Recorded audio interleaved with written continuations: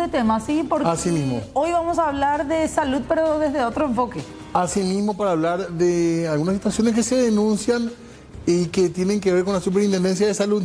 Exactamente. Ya está con nosotros aquí el doctor Jorge Rodas para hablar un poco de esta elección. Hay denuncias bastante serias también, doctor. ¿Cómo le va? Bienvenido, gracias por venir. Buenas tardes, gracias por la invitación. Y un tema importante en el área de salud, que es el control de la calidad de los servicios de salud, que es la función, en este caso, de la superintendencia. ¿Y qué le preocupa, doctor, en particular, puntualmente? Y en este momento, en proceso, el concurso para elegir a un nuevo superintendente, y recibimos varias denuncias en el Círculo Paraguayo de Médicos. Nosotros somos representantes del gremio ante el Comité Ejecutivo, el responsable de llevar adelante este proceso de concurso. Y naturalmente las denuncias que recibimos son preocupantes. Y por eso que vamos a estar teniendo novedades seguramente en estos 2 últimos días siguientes. Hay tufo a corrupción, decía usted, doctor, en otras entrevistas. ¿Por qué? ¿Usted se sostiene en esos términos? Sí, señora. Los datos que manejamos por lo menos a instancia de estas denuncias, que estarían falsificando documentos los principales candidatos, porque se presentaron 29 postulantes, de los cuales fueron admitidos 4 postulantes, y entre los postulantes estarían algunos que falsificaron documentos, según la denuncia, contenido de documentos, y eso es muy grave. Imagínense si es cierta la versión, se llega a comprobar la versión del ciudadano que se postula para controlar la calidad de los servicios de salud y ya falsea, y en este caso quiere ingresar cometiendo un delito, porque falsificación de contenido de documento es un delito para más doloso. En particular, uno de los concursantes fue, doctor. No tenemos la certeza, porque en forma genérica nos llega de parte de los participantes que no fueron incluidos dentro de los admitidos.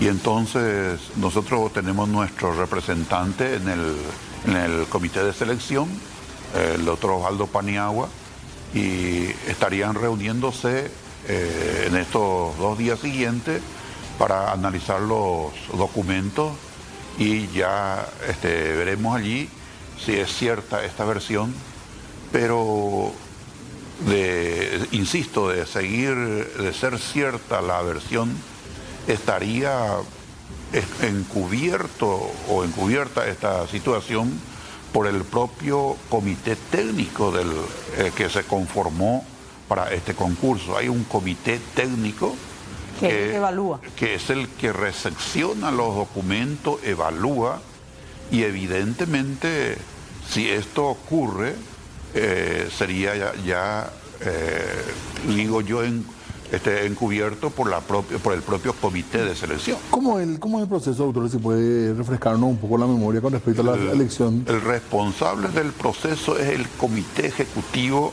del Consejo Nacional de Salud. ¿Y está integrado por quién? Está integrado, preside el Ministerio de Salud, no es una dependencia del Ministerio, sí. Preside el Ministerio de Salud. En este caso, la ministra le delega al viceministro, el viceministro de apellido Ortellado, conforma también el Seguro Social, está representado IPS. ¿Por quién? Está representado, en este caso debería de ser por el propio presidente, pero delega en otro funcionario. Está el representante del sector privado, el sector de los sanatorios, digamos. De los sanatorios, que tiene su importancia también. Ellos cubren 8% de la cobertura sanitaria. Las gobernaciones, OPASI, y el gremio médico está representado por el Círculo Paraguayo de Médicos. Esto es compulsivo porque... Ahí está Paniagua en representación de ustedes. Ahí está Paniagua en representación del círculo. Esto es por ley, porque no es porque nos quieran mucho por allí. Entonces, pero compulsivamente estamos nosotros dentro del cumplimiento de la ley, participamos activamente. Perdón, hace poco el presidente Peña le había nombrado a Roberto Melgarejo al frente de esta institución.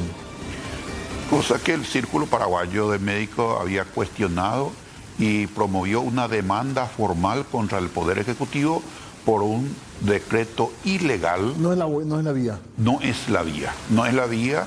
Y entonces, en este momento está en el Tribunal de lo Contencioso y Administrativo, sería la instancia donde está en este momento en proceso esa demanda. Y a la par estaba continuando ya el proceso de nombramiento. Y se inició el proceso del concurso para en este caso para el superintendente, llamémosle definitivo, porque el otro era para interino. ¿Cuánto tiempo dura, doctor, un superintendente de salud? 3 años. 3 años. 3 años. ¿Qué requiere? ¿Qué perfil tiene que tener para ocupar un puesto así?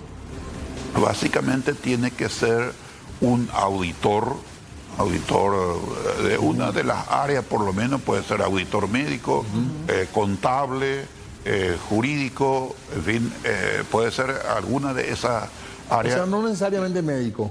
No necesariamente médico. Puede ser un abogado. Puede ser un abogado, un economista, pero tienen que tener esas competencias. Eso está dentro del perfil. ¿Y experiencia? ¿Cuáles son los requisitos? Debe tener alta gerencia. Se define alta gerencia muy claramente para el efecto. Y entonces eso nos llevó muchísimo tiempo, porque para llegar a este concurso no había un reglamento del concurso. Y hay una situación que muchas veces tenemos que, o tienen que saber el público, la gente en general, qué es lo que ocurre tradicionalmente allí.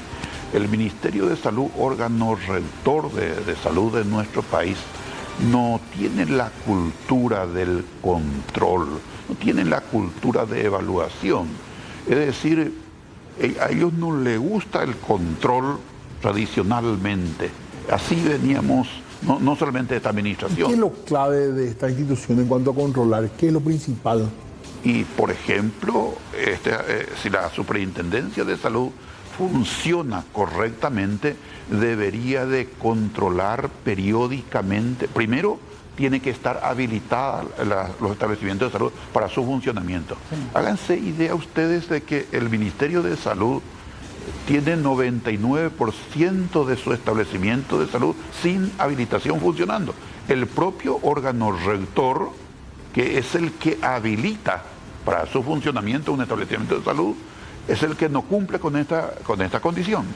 Y la superintendencia, una vez que se habilita el establecimiento de salud, registra y categoriza. Y entonces, una vez que se haya completado este proceso, periódicamente tiene que controlar la superintendencia. ¿Qué pueden controlar? Si el quirófano está en condiciones, ¿con qué tipo? Hay varias dimensiones que se evalúan. Por ejemplo, infraestructura.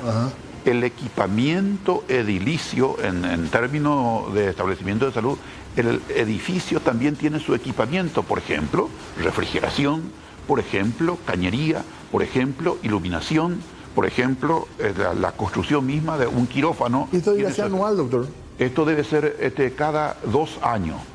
Si es que en el nivel que fue habilitado permanece, porque pudo haber tenido un deterioro y haya bajado. Es decir, se habilitó como un hospital regional. Y entonces con el tiempo... Hay como categorías, digamos. Categorías, por supuesto. Sí. Por eso viene, esa es la tarea de la superintendencia, de categorizarle. ¿Qué es lo paradojal en nuestro país?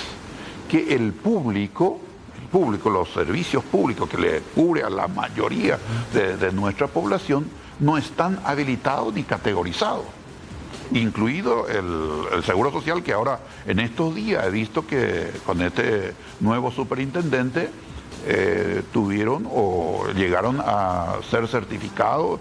Aparentemente están cumpliendo con todos los requisitos. Pero ¿y los públicos? El 99% no tiene esa categoría. No tiene. ¿Y qué ocurre? El alcance del mismo.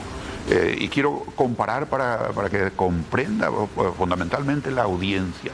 Usted va a un centro privado y en la entrada misma va a tener allí un pequeño certificado en la pared donde dice habilitado por el Ministerio de Salud. Y usted va al Hospital Nacional, usted va a emergencia médica. No hay nada de eso. No hay nada de eso. ¿Qué significa eso? De que no hay un control de su infraestructura, de su recurso humano, de su equipamiento de edilicio, equipamiento médico. Es decir, funciona como algo que, vamos a decir, nació seguramente en el mismo nivel, pero no sabemos si mantiene. ¿Y un copetín no podría funcionar así? Y podría ser. Esto siempre fue así, pero tenemos que hacer una pausa y vamos a seguir charlando de esto. Es preocupante realmente. Sí. Esto de hablar de salud en serio, ¿verdad? No solamente la falta de gases y medicamentos. Claro, que es lo que nos afecta directamente cuando estamos ahí en el hospital, pero también está la calidad del servicio que nos brindan, el nivel de infraestructura que tiene o no ese hospital público, en este caso como nos está contando el doctor, y aparte también el que tiene que controlar si ya entró luego por la ventana o con documentos que por lo menos están denunciando que pudieron haber sido adulterados, ¿qué nos espera después? Parece que ser controlado no es precisamente lo que más le gusta a nadie, ¿verdad? Exacto. En distintos ámbitos. A la vuelta de la pausa, además de seguir hablando también aquí con el doctor Rodas, a quien le agradecemos muchísimo su presencia, queremos escuchar la voz de la gente del Ministerio de Salud, Diego. Así mismo, breve pausa y ya volvemos.